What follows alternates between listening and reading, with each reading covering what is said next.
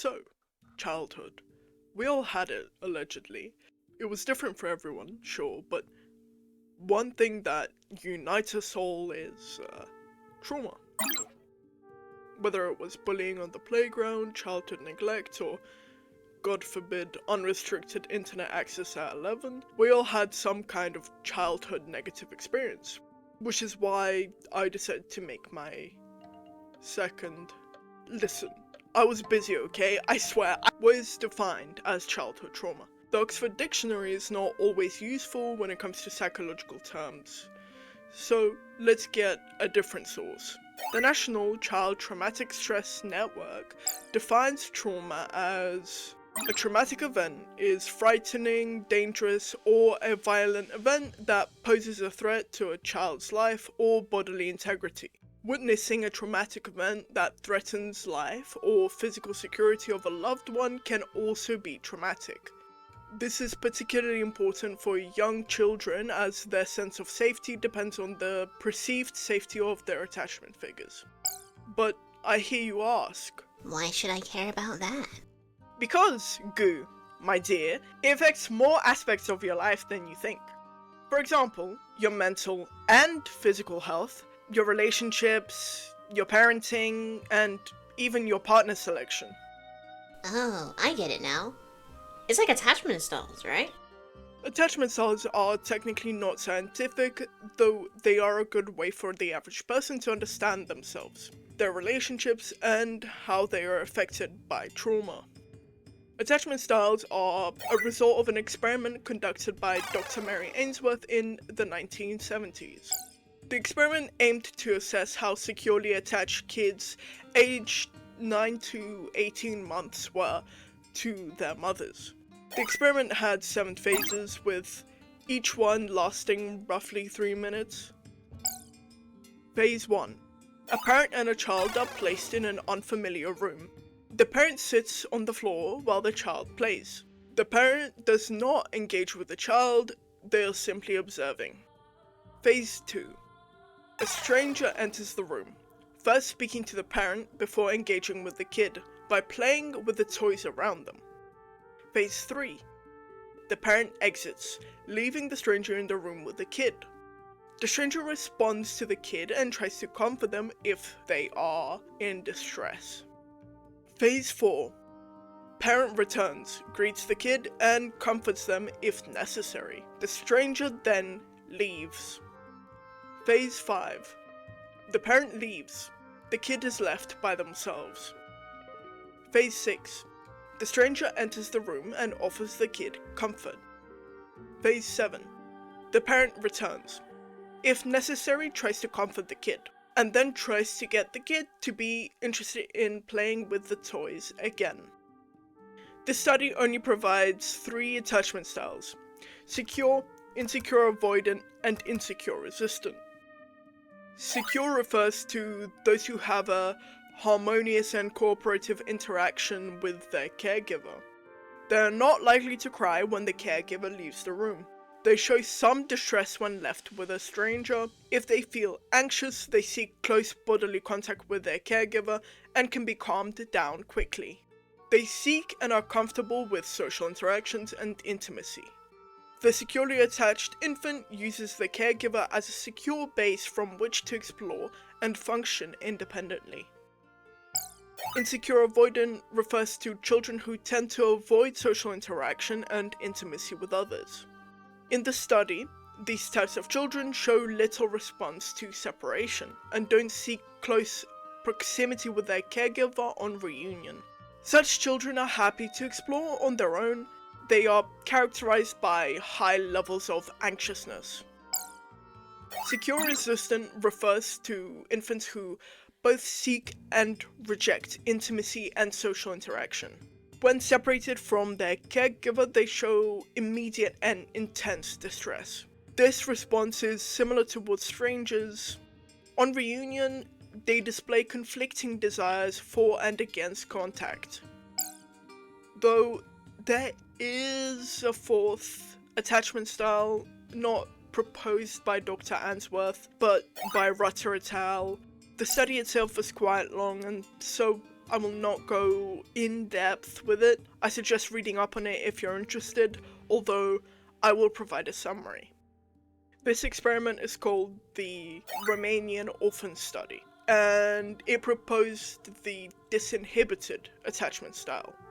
In simple terms, the infant doesn't have a caregiver or a secure adult figure, and therefore views everyone as a caregiver, leading to them not having a concept of stranger danger. Attachment styles are just one way trauma can affect your daily life, since insecure attachment styles often come from helicopter parenting, unpredictable or confusing responses to a child's emotional distress, or disinterest in the child and their emotional well-being. So, Dr. Answorth's study concluded that our upbringing influences our perception of and interaction with our environment, whether it be other people, unfamiliar places, or family and friends. We've all had a clingy or emotionally closed off friend before, I assume. The most fascinating thing is how all of this interacts with our personality. Personality disorders, one of science's most under-researched topics, and TikTok's favorite trend. I'm sure everyone and their mother has heard of BPD or borderline personality disorder. Personality disorders are personality traits that are taken to an extreme. For example, attention seeking. When attention seeking becomes something that takes over your whole life and personality, it can be diagnosed as HPD or histrionic personality disorder. HPD is in the same cluster as BPD. There are 3 recognized clusters, A, B, and C.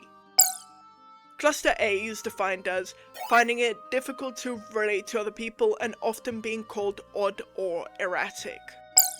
Cluster B defined as finding it difficult to control their emotions and often might be viewed as unpredictable or dramatic by others.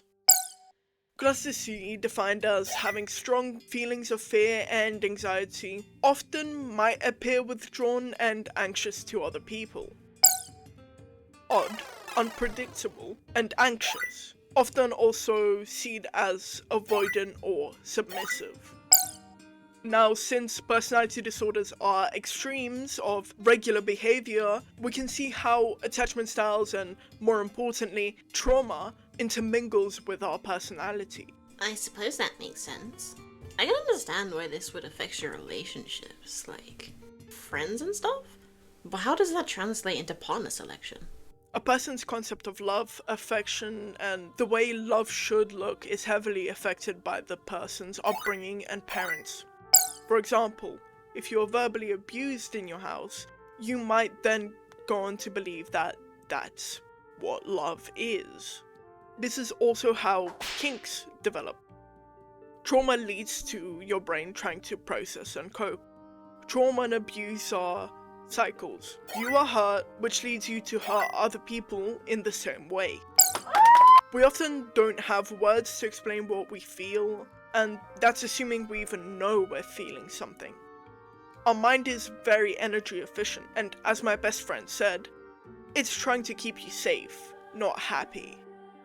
Your brain will take shortcuts, for example, compartmentalizing and putting the bad experiences away so you don't have to feel the stress or think about it. While it gets the job done, it then leads to that issue never getting sorted, and the person doesn't even understand where it comes from in the first place. So when you don't challenge the way your parents or carers showed you love, it's placed as an example of how you should be treated. When you finally find a partner, you will look to them to treat you the way your parents treated each other, which means people with abusive childhoods will end up in abusive relationships. You said trauma can affect your physical health too. If you've never been physically abused, then how does that work? I can't answer the question about physical health without mentioning psychological health, as those two are heavily intertwined. For example, depression. Let's look at the symptoms. So there's a psychological section, but also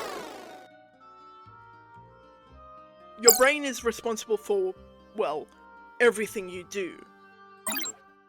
So if something is stopping your brain from functioning properly, it will in turn affect your ability to function in general. Your brain is an organ that takes a lot of energy to power. So when you're dealing with mental health issues, your energy is sapped from other areas of your body. Think of it like the flu. Your body is trying to heal, so it takes all your energy. You feel tired, unmotivated, and sometimes even bedbound. When your body doesn't have energy, that causes it to be, well, less efficient in keeping its defenses up, like the immune system. This makes the person prone to illnesses and autoimmune diseases. But don't just take my word for it. There has been a couple of studies done on this topic. I choose to cite the most relevant one to this topic. Adverse Childhood Experiences, or ACEs. ACEs are defined by the CDC as potential traumatic events that occur in childhood, between 0 to 17 years of age. How about we conduct the experiment ourselves? I'll read out 10 questions, and all you have to do is put a finger down if the answer is yes, and keep it up if the answer is no. Ready? 1. Did a parent or other adult in the household often or very often swear at you, insult you, put you down, or humiliate you, or act in a way that made you afraid that you might be physically hurt? 2. Did a parent or other adult in the house often or very often push, grab, slap, or throw something at you, or even hit you so hard that you had marks or were injured? 3. Did an adult or person at least 5 years older than you ever touch or fondle you, or have you touch their body in a sexual way? 4. Did you frequently or fairly often feel that no one in your house loved you or thought you were important or special, or your family didn't look out for each other, feel close to each other, or support each other? 5. Did you frequently or fairly often feel that you didn't have enough to eat, had to wear dirty clothes, and had no one to protect you, or your parents were too drunk or high to take care of you, take you to the doctors if you needed it? 6. Did a parent pass away, or were your parents ever separated or divorced? 7. Were one of your parental figures often or very often pushed, grabbed, slapped, or had something thrown at them? Or sometimes, often or very often, kicked, bitten, hit with a fist, or hit with something hard, or even repeatedly hit over at least a few minutes, or threatened with a gun or knife? 8. Was a problem drinker, or alcoholic, or who used street drugs? Street drugs. Me and my lisp. 9. Was a household member depressed, suffered from acute mental health issues, or did a household member attempt suicide? 10. Did a household member go to prison? Now, count the number of fingers you put down. That's how many aces you have out of 10. According to the research done by Dr. Vincent Felitti and Dr. Bomb Ander, 67% of the population had at least one ace. 12.6%, or 1/8, had 4 or more aces. They found a correlation between your ACE score and physical health. The higher your ACE score, the worse your health. For example, someone with 4 or more aces is 2 times more likely to have hepatitis versus someone who scored 0 on the ACE test. 1/3 of children and young people in England and Wales have been exposed to a traumatic experience by the age of 18, and 1/4 of those develop PTSD by the age of 18. Well, okay, maybe you're the lucky 33%, and you might think, this doesn't affect me, why should I care? Doesn't it? Genetic material and trauma are passed down from generation to generation. If your mother had a traumatic experience involving, for example, snakes, she might gain a phobia of them. Then when she has you, her genetic information is passed down. Now you're afraid of snakes, but you don't know why. Now, what if your partner has an ace that they haven't worked through? Now suddenly your kids have aces. Or maybe your kid gets married, and their partner has an ace. Suddenly it does affect you, because again, 2 of 3 people have at least one ace. I think the best case study for nature versus nurture is The Three Identical Strangers. It's a documentary I recommend everybody watches. It's so fascinating. But I'll play a small snippet here that I think demonstrates my point the best. They really were almost identical. Their hairstyle, they had giant afros. But if anybody had an afro, they had a bigger one. You all smoke the same brand of cigarettes? Yes, we do. You were all wrestlers at one time? Yes. Do you all feel like you've known each other for 19 years, even though you've Definitely. Yeah, totally. How? Feeling. We feel it. We're all the same. As soon as we We're all started the same. discussing our Our personalities, personalities are the same. we always our talk at the gestures are same the time. same. We can't. I'll start a sentence and he'll finish it. It was not an energy, it was a synergy. And synergy is when a combination of particles creates something much better than each individual could possibly hope for. That's what synergy means. Has it been a year? Yeah, but hey, we have budget now. Goo finally has a voice that isn't text-to-speech. I did have more to say about this, but I chose to save it, so as not to make this too long. Maybe I'll make a part 2 in the future. Let's just pray I don't disappear for another year.